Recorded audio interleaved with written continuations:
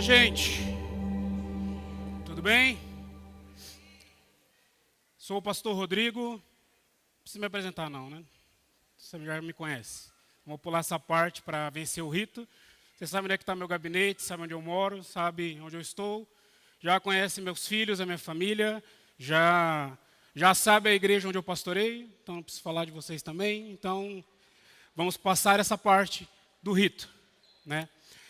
Antes de entrar também na mensagem dessa manhã, eu queria trazer uma palavra, e talvez a primeira vez que você vai me ouvir falar oficialmente sobre esse processo. Eu queria trazer uma palavra para o seu coração. Primeira delas, lembre-se, Deus ele é soberano. Nada foge dos processos do Senhor. Às vezes a gente pode não entender. A gente pode caminhar, dar passos no escuro, como diz a frase, né? Mas Deus ele é soberano. Ele está cuidando, ele tem todo o controle de todo o universo nas mãos dele. Segunda palavra que eu queria trazer é que a igreja tem um Senhor. Não é o conselho, não é o pastor titular, não é a denominação.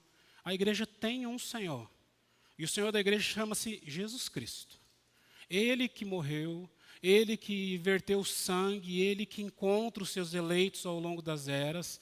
Então, o Senhor Jesus Cristo é o Senhor da igreja.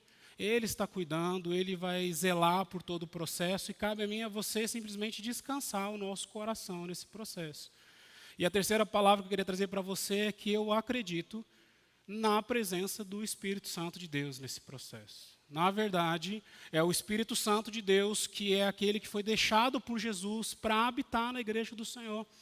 E um dos papéis do Espírito Santo nesse processo todo é revelar a vontade do Senhor para nós, que às vezes fica obscura aos nossos olhos. E eu creio que o Espírito Santo vai conduzir a bom termo todos os passos. E aqui eu fecho essa palavra então, para que você possa guardá-la no seu coração. E eu, aproveitando falar da palavra coração, eu queria te fazer uma pergunta. Onde está o seu coração? Pense aí. Onde está o seu coração? E a pergunta é nesse tom mesmo. Não como está o seu coração. Porque se eu perguntasse como está o seu coração, nós iríamos de maneira abstrata olhar para a nossa mente. Qual é o nosso estado de espírito? O que é que nós estamos passando ou sentindo? E o objetivo da pergunta não é esse. Mas sim qual o local aonde está o seu coração. Existe uma canção do cancionário brasileiro que fala que amigo é coisa para se guardar do lado esquerdo do peito, trazendo a ideia de que o coração está do lado esquerdo do peito. E aí talvez nós que somos a geração agora do Google e já a geração do ChatGPT, nós vamos dizer, não, mas o coração ele não está do lado esquerdo do peito, ele está bem no meio do nosso peito. E daí você vai dizer, então o meu coração está no meio do peito. Eu, esses dias, estava brincando com algumas crianças aqui da igreja, de lutinha, e aí eles vieram e me deram um chute na canela. E aí eu lembrei que quando o Pelé surgiu, um narrador falou assim, você tem que tomar cuidado porque o coração do negão é na canela. E aí eu virei para as crianças e falei assim, você não pode chutar a canela do pastor, porque o coração do negão é na canela. E aí eles ficaram preocupados se meu coração estava na canela mesmo. Mas eu volto a te fazer essa pergunta. Onde está o teu coração? Nós vamos estudar um texto da palavra do Senhor, que define pelo menos 2 lugares para os nossos corações estarem. E ao final dessa mensagem, meu desejo é que o seu coração esteja num bom lugar. E que talvez se nesse momento onde você respondeu essa pergunta, aí na sua mente, você não está ainda em Cristo, seja tempo para você colocar o seu coração em Cristo Jesus. Então, abra sua Bíblia, Evangelho de João, capítulo 16. Nós vamos ler o verso 31 até o verso 33.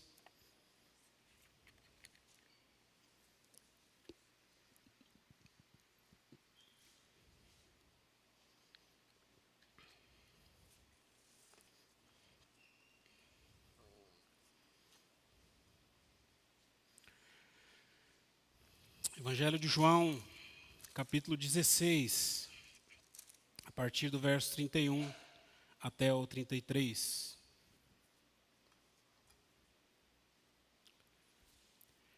Então respondeu Jesus, agora vocês creem?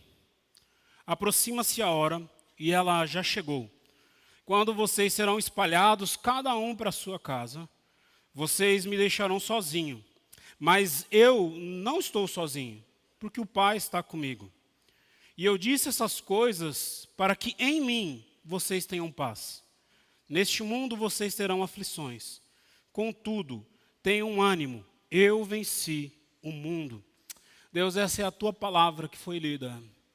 Ela por si só, ela tem poder de libertar o nosso coração. E nesse momento eu quero rogar que o teu Espírito Santo se derrame sobre nós, sobre esse local, sobre aqueles que assistem em casa, para que possamos compreender qual é a tua vontade, compreender aquilo que o Senhor deseja de nós, para que possamos parecer um pouco mais contigo. Essa é a minha oração, em nome de Jesus. Amém. João, o Evangelho de João. Primeiro falar do autor. João é um dos apóstolos de Jesus, talvez o apóstolo mais novo de Jesus. E por que a gente chega a essa conclusão?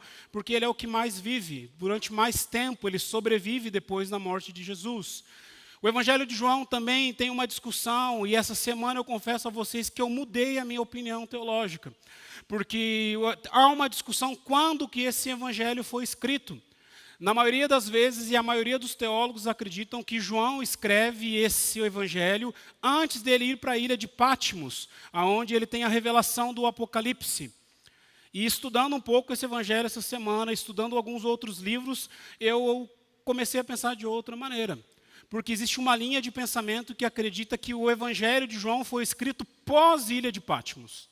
Depois que João passou por todo aquele sofrimento, depois que ele viu a revelação do Senhor e que ele volta então para a cidade de Éfeso, onde ele vai pastorear aquela igreja e terminar os seus dias naquela cidade, e as pessoas acreditam que lá ele só foi pastor, ele só cuidou do povo e que ele não escreveu mais nada. Mas observando o Evangelho, e lendo e relendo ele essa semana, eu fiquei prestando atenção e eu cheguei a essa conclusão minha, você pode discordar de mim. Mas que João, ele escreve o seu evangelho depois de Patmos. Por quê? Ele gasta 1/3 do seu evangelho falando a respeito dos últimos dias de Jesus. Ele gasta muito tempo do seu evangelho falando sobre as crises do mundo e como o evangelho resolve as crises do mundo. É como se ele estivesse agora olhando para essa igreja de Éfeso e talvez já sabendo como o mundo iria terminar por conta do Apocalipse, ele fala assim, eu preciso falar a respeito de Jesus, como foi o ministério da cruz. E aí ele gasta 1/3 do seu evangelho falando sobre isso.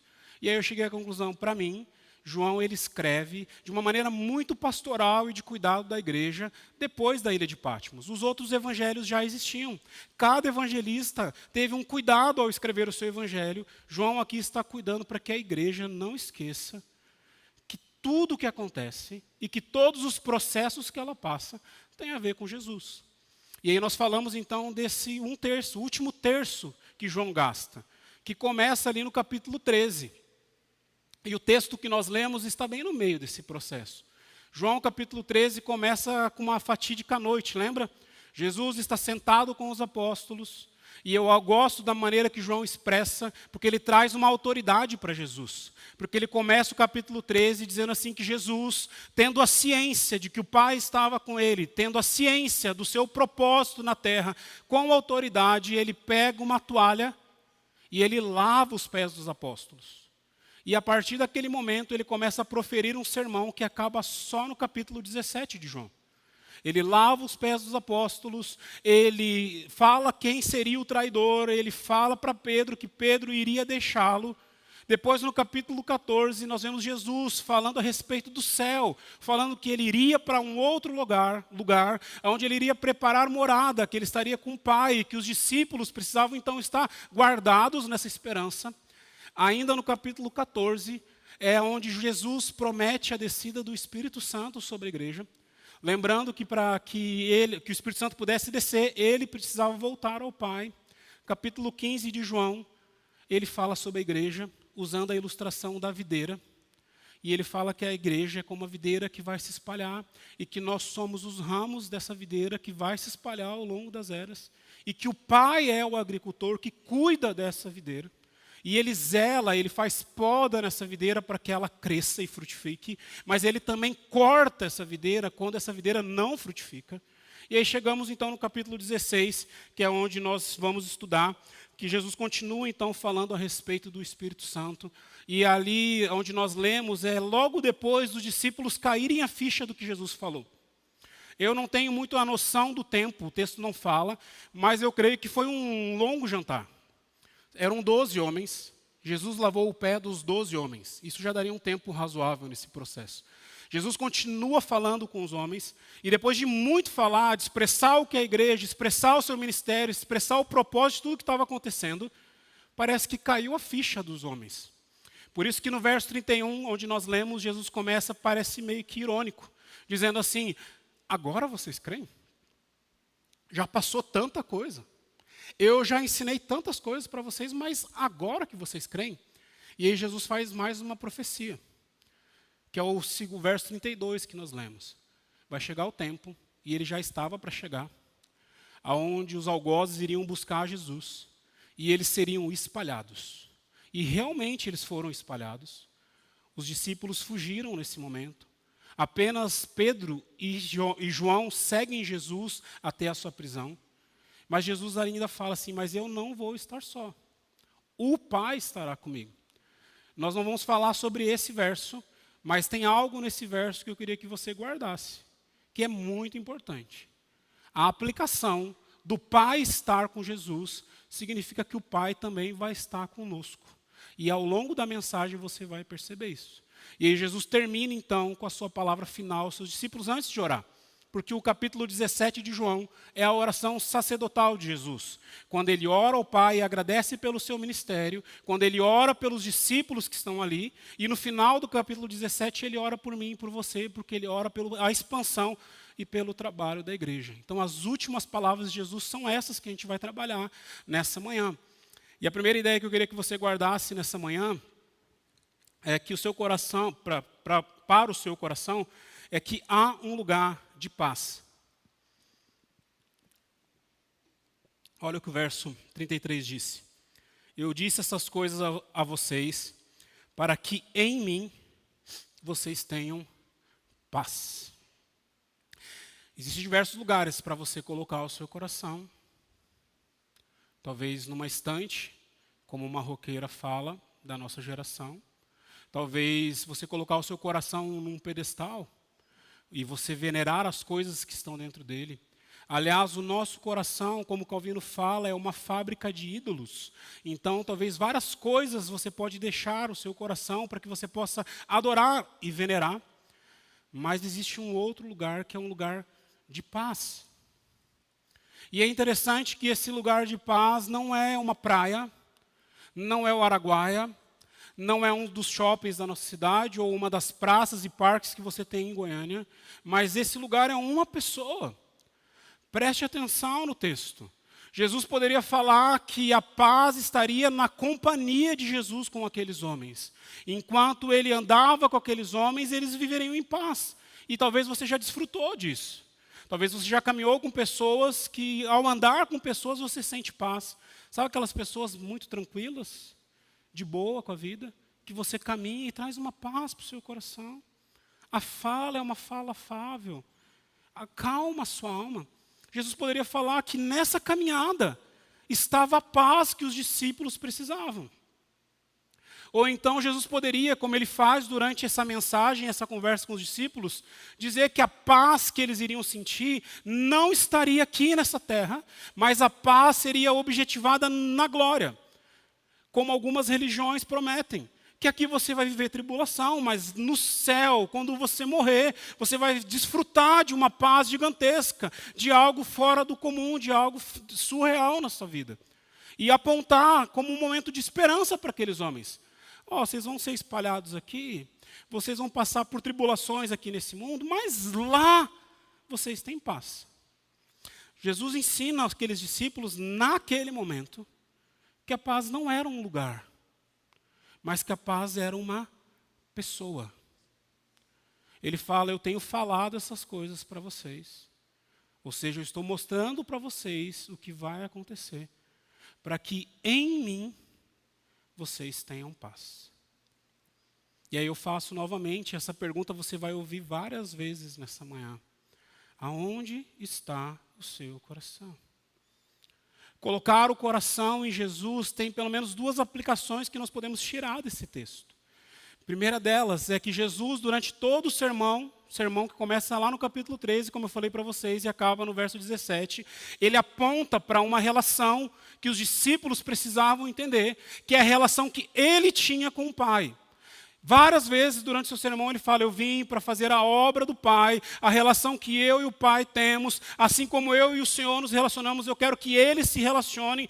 Quando Jesus chama então para ter a paz nele, em mim vocês têm paz, ele quer que nós participemos dessa relação com ele. Não é algo feito pelas mãos dele, não é uma obra que foi conquistada na cruz, mas é participar do próprio Jesus, da própria existência dele, dos próprios pensamentos dele, da própria perspectiva de mundo dele, como ele vislumbrava as coisas. Em mim, vocês terão paz. E é interessante, porque para aqueles homens, pelo menos aqueles 12 homens que ouviram primeiramente essa palavra, várias coisas poderiam passar na mente deles, que ficam claras ao longo da história. Primeira delas, eles esperavam um líder político ali. Aqueles homens esperavam que Jesus se levantasse contra o Império Romano e libertasse o povo de Israel. E talvez, quando ele fala em minha paz, eles esperavam que a política que Jesus iria impetrar nos próximos dias, nos próximos anos sobre Israel, traria paz para aqueles homens. Alguns homens, depois de verem Jesus multiplicar os pães e multiplicar os peixes e cuidar do povo, imaginavam que Jesus simplesmente era um novo líder. Alguns deles, como você vê no final do Evangelho de Mateus, mesmo depois de Jesus ter ressuscitado, ainda não acreditavam nesse Jesus. Não vislumbravam ele como o Messias de Deus.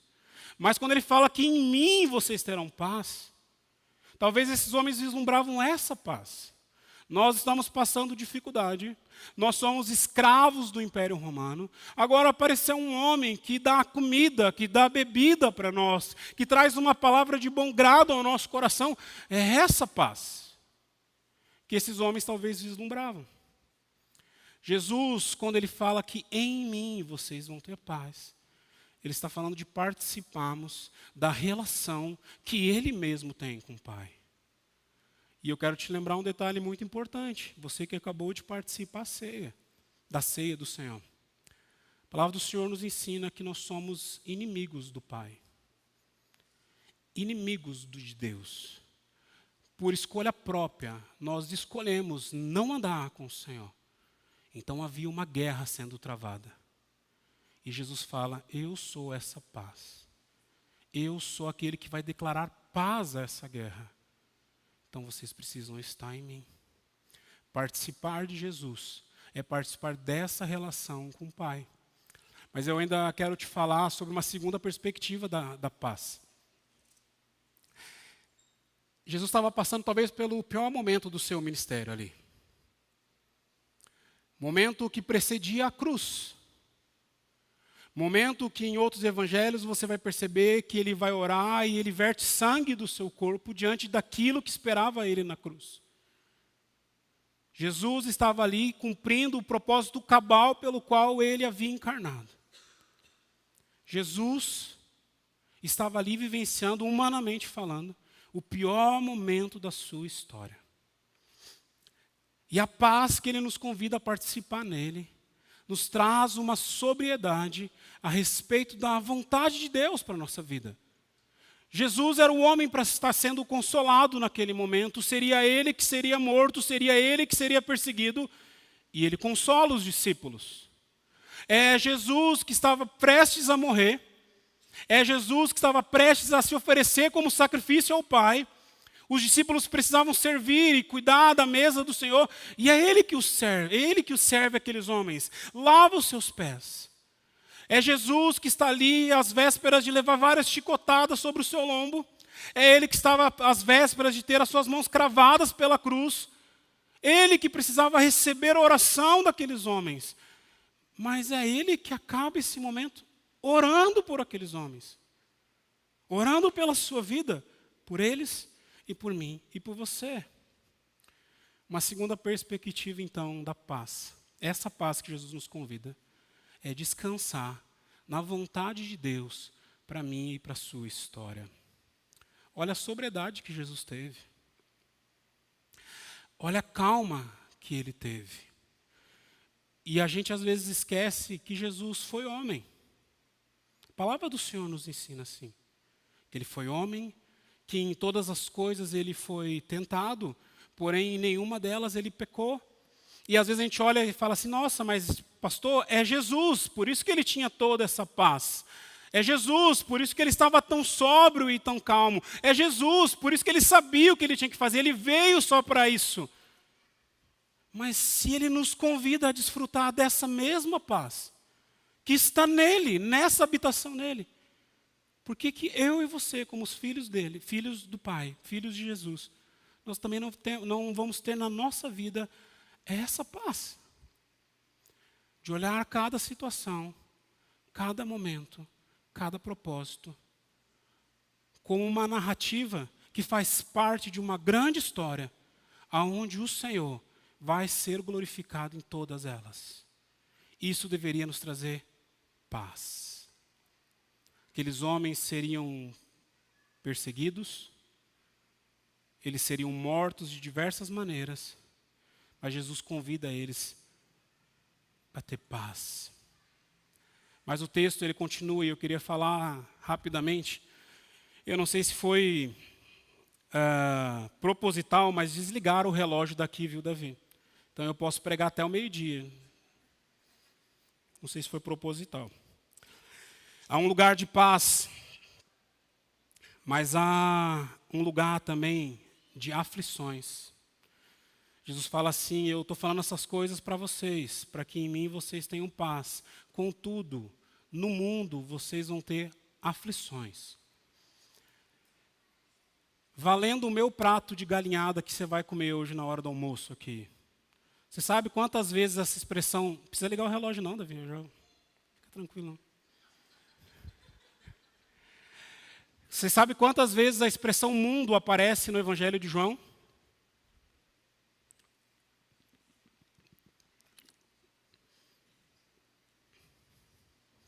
Pergunta de escola dominical isso. Cerca de 80 vezes a expressão mundo aparece no João. Dessas 80 vezes, cerca de 80 vezes, de expressões que você pode traduzir como cosmos, mundo, sabe quantas vezes ela aparece nesse último sermão de Jesus? Valendo a Coca-Cola agora, que eu não tomo mais Coca, eu vou dar o veneno para você daí. Sabe quantas vezes aparece? 30 vezes. Do capítulo 13 ao capítulo 17. Jesus falando a respeito de um lugar que existe, que é real, e que por várias vezes pode ser traduzido como um mundo decaído, que a gente sobrevive, que a gente vive nele hoje, mas também por algumas vezes podendo ser traduzido como o nosso universo particular, o nosso coração. Mas a palavra principal nesse texto, quando fala assim, no mundo vocês vão ter aflições, por incrível que pareça, apesar desse contexto todo que eu acabei de falar para vocês, não é o mais importante. A palavra grega ali mais importante é a palavra que nós traduzimos como aflições. E particularmente eu acho que nós não fizemos uma boa tradução. Porque quando nós falamos de aflições, a primeira ideia que vem à sua mente é a conta que você tem que pagar na segunda-feira. É a doença que talvez está na sua casa, é a saudade, é a imoralidade, é qualquer coisa que faça você sofrer. E aí nós pensamos em aflições e achamos que o mundo vai gerar aflições em nós. Só que quando você pega a primeira ideia do conceito da palavra grega, não significa isso. A King James, que é uma tradução em inglês, faz a tradução talvez mais próxima do original. Porque a ideia seria pressão. Você vai ser pressionado. Você vai ser empurrado, impulsionado. E aí traz a ideia que o texto precisava trazer. Porque existe dois universos para que eu e você possamos depositar o nosso coração. Ou nós estamos em Cristo e depositamos nele a nossa paz, ou nós estamos no mundo. E na oração sacerdotal, Jesus fala isso com muita clareza, porque fala a respeito dos discípulos que eles não estão mais no mundo, porque Jesus havia tirado eles do mundo. E por isso que ele pede que o Pai os guarde. A ideia de aflições aqui é a respeito dessa tensão que eu e você passamos depois que nós entramos nesse universo de Cristo Jesus. Que nós descobrimos que existe uma outra realidade, que não esse mundo decaído, que não este universo onde eu e você vivemos constantemente com pecado, que não esse universo nosso particular, porque eu tenho a ideia de que os maiores desafios que nós passamos, os nossos maiores inimigos, as nossas maiores tentações, não está no mundo, está no nosso coração. Lá estão os nossos maiores desafios. E nesse universo particular também há tensões.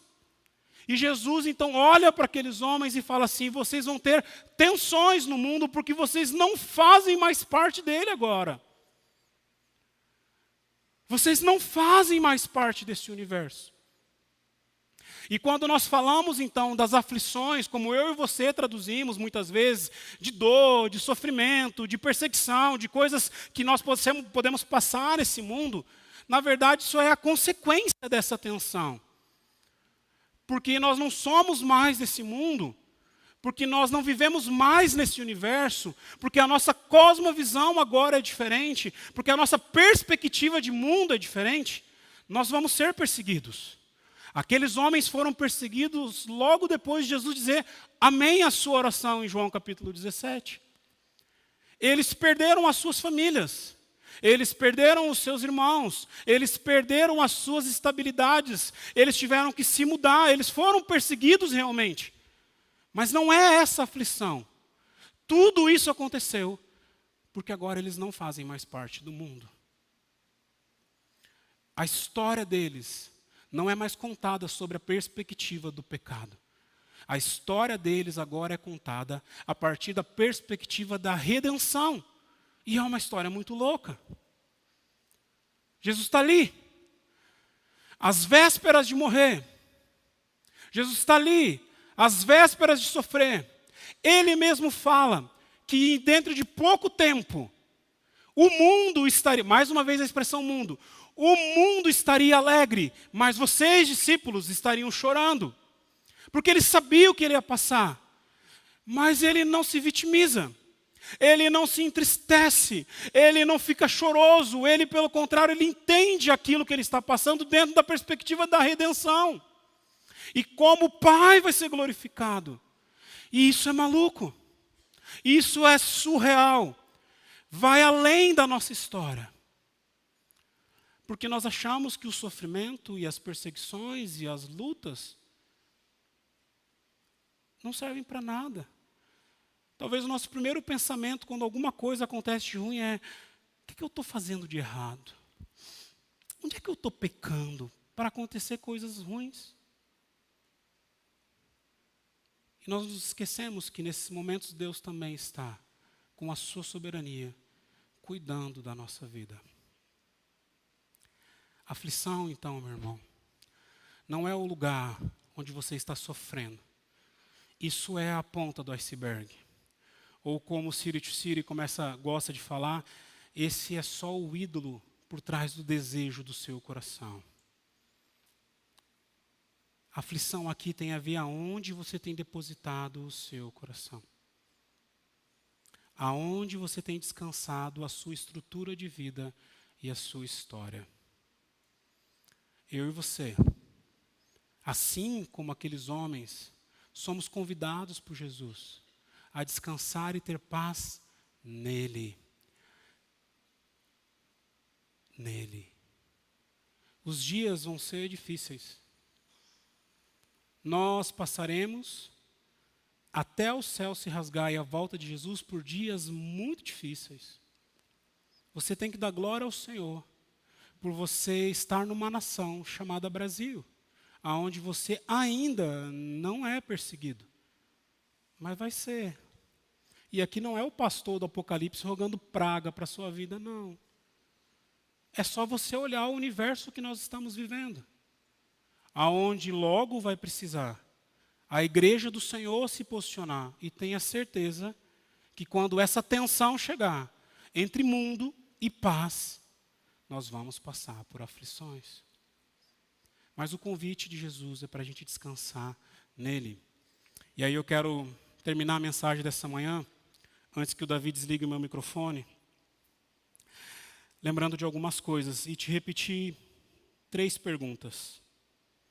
Primeira delas, onde está o teu coração? Jesus, nesse momento que eu acabei de narrar e contar e pregar para você, ele sabia onde estava o coração daqueles apóstolos. Ele era Deus, sondava o coração. E quando ele cita no começo do verso 31 a expressão agora vocês creem, ele sabia que realmente a fé que não provém de mim e de você, mas provém do Senhor, estava sobre a vida daqueles homens. E talvez a partir daquele momento, eles iriam descansar o seu coração no Senhor. Por isso que ele faz o convite e lembra que ele havia vencido o mundo. Mas há uma segunda pergunta que eu queria fazer para que você guardasse no seu coração. Onde está o seu coração? E aí eu quero deixar com você uma frase de Tim Keller, que ela fala assim: se o amor de Deus for uma abstração, ele não serve para nenhuma consolação. Mas se for uma realidade sentida e experimentada, então ela será a sua tábua de salvação. A mesma palavra que aqueles discípulos ouviram serve para mim e para você nessa manhã. E o convite é esse. Porque enquanto você entende simplesmente teologicamente o amor de Deus, ou que você tem frases prontas para falar a respeito de consolo e de ser guardado no momento de aflição, talvez você nunca vai ter paz. Mas quando esse Jesus, quando esse Deus, ele deixa de ser um ser abstrato, deixa de ser um conceito na sua vida, e ele passa a ser o Senhor da sua história, você passa a sentir a sua poderosa mão guiando a sua vida. Você passa por essa tensão que o mundo oferece, sabendo que o Senhor está guardando você. Ele é a tábua da sua salvação. E aí eu termino com uma terceira pergunta para você nessa manhã. Aonde está o seu coração? E aí eu queria que você respondesse isso ao Senhor. Eu confesso para você que para mim, uma das grandes tentações é não estar com o coração em Cristo Jesus. Um dos testes que você faz quando você passa a ser treinador no City to City é descobrir os ídolos do seu coração. E você responde uma série de perguntas. E eu descobri que eu tenho uma séria dificuldade. Precisei de um teste, viu, gente? Estou brincando, eu já sabia, né? Mas o teste te joga na cara uma verdade. Que eu tenho uma séria dificuldade de confiar no Senhor. E sabe o que isso proporciona na minha história e na minha vida? Momentos de tensão. Momentos de aflição. E momentos que eu preciso dobrar o joelho e falar: Deus, eu preciso estar no Senhor. E somente no Senhor. Não olhar para as circunstâncias. Olhar para o Senhor.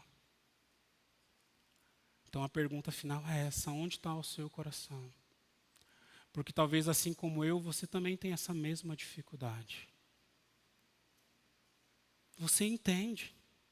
Você sabe quem é Jesus. Você sabe do poder das mãos dele. Mas o seu coração puxa você sempre para trás. E o meu desejo e a minha palavra para você nessa manhã é, ao sairmos por aquelas portas, é que o nosso coração esteja nele, em Cristo, aonde há paz. E aí eu quero orar com você, não por você, mas com você, para que a gente possa descansar no Senhor. Baixe sua cabeça, vamos orar.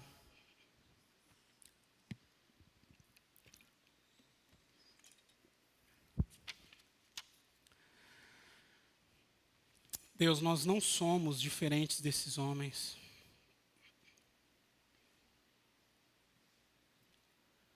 Eles viram o Senhor multiplicar os pães. Eles viram o Senhor curar. João termina o seu evangelho dizendo que se todos os teus milagres fossem registrados, faltariam livros no mundo.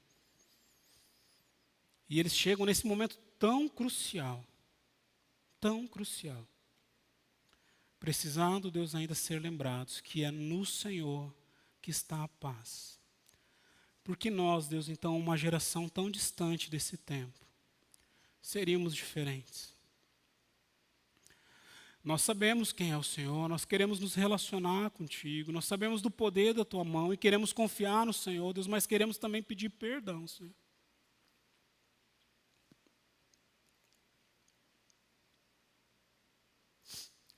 Pelas vezes que não confiamos no Senhor. E que o Senhor está cuidando da história. E que a promessa que provém do Senhor é que o Senhor estaria conosco. Por isso que a paz não é um local, não é um estado de espírito, mas a paz é o Senhor. Então, nessa manhã, conduz o nosso coração ao Senhor, para estar contigo, desfrutando dessa paz que o Senhor tem. Guarda, Deus, as nossas vidas em nome de Jesus, Pai.